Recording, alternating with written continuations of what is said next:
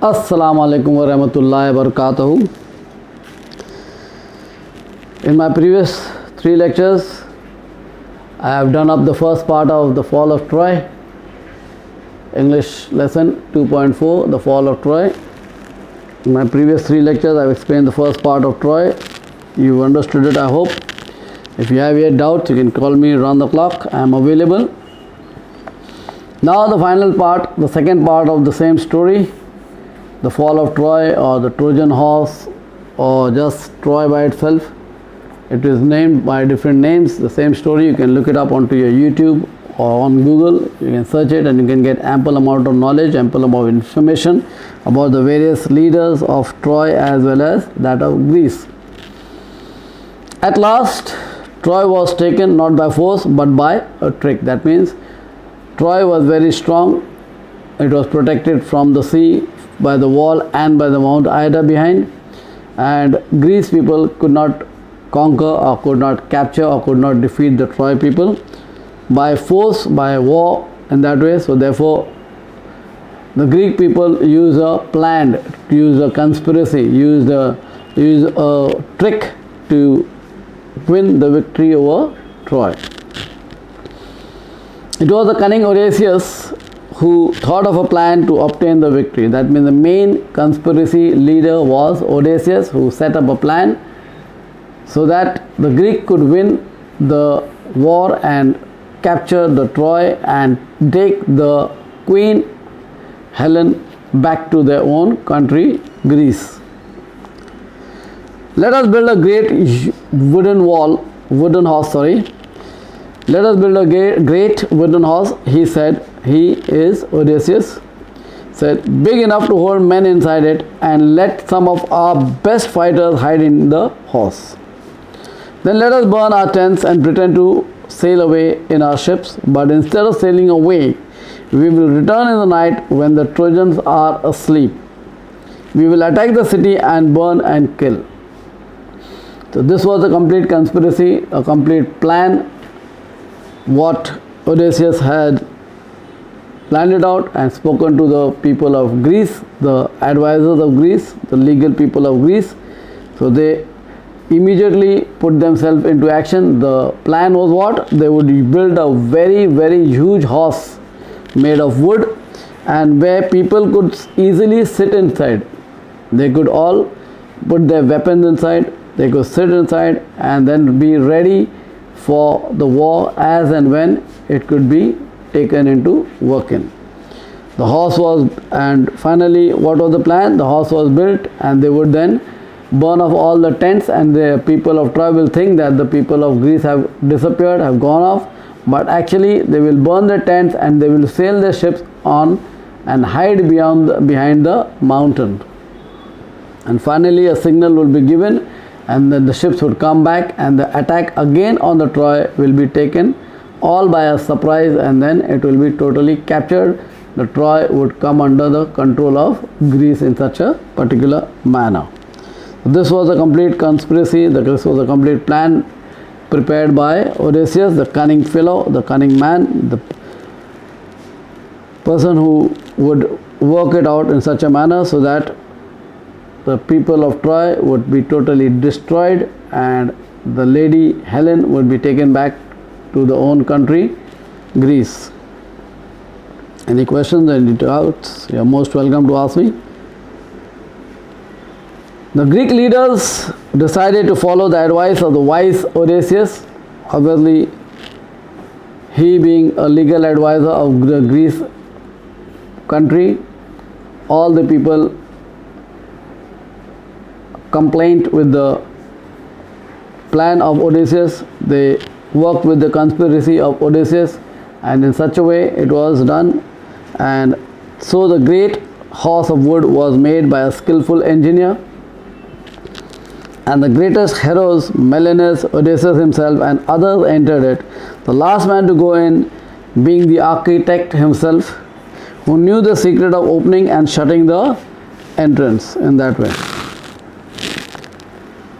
That evening the Greeks burned the tents and sailed away in their ships, but they did not go very far Only one man was left behind to persuade the Trojans to drag the horse inside their city.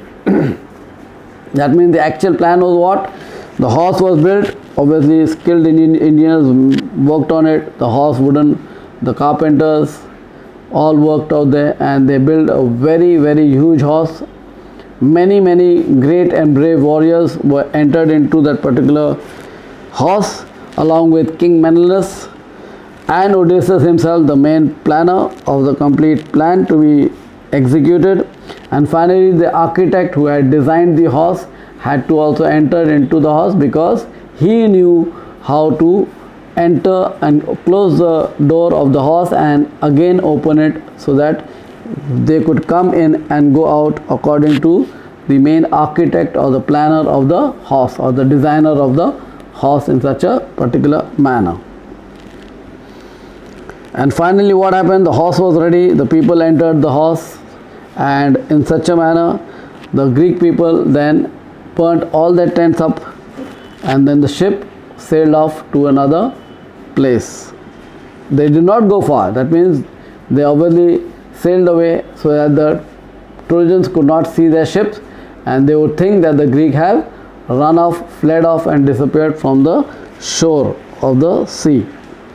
And burning their tents, sailing their ships away to a better hidden place in that way. And the final trip or final trap was that one person would be left out there outside the horse, who was the main person who was going to execute the plan of Odysseus. One person would finally be left out there, and that person would be using his brain power, his thinking power, his advisory given by Odysseus, and in such a manner where he would force or plan it out that the horse would be dragged into the city, so that once the horse is inside the city of Troy, then Greece could attack Troy from inside and outside in this particular manner. It would be in such a way that everything would be well versed, well done, and finally it would be that Greece would win the war. But let's see what happens actually. Next day, the Trojans woke up expecting to go out and fighting as they had done for the past 10 years. That means morning came, dawn came, sun rose, and people of Troy, as for the past 10 years, again woke up ready with their weapons, with their artillery, with their ammunitions, and ready to fight with the Greeks. As the gates were opened, what did they see? What was the astonishment? What was they completely confused? What were they surprised with? They see that what delight, happiness, surprise they felt at the sight that they saw on the seashore outside the wall. It seemed that the long siege was over at last. The tent had been burnt, the shore was deserted, the Greek ships had all gone. That means the gate of Troy was opened, the warriors came out, but to the surprise of the eyesight, what did they see out there?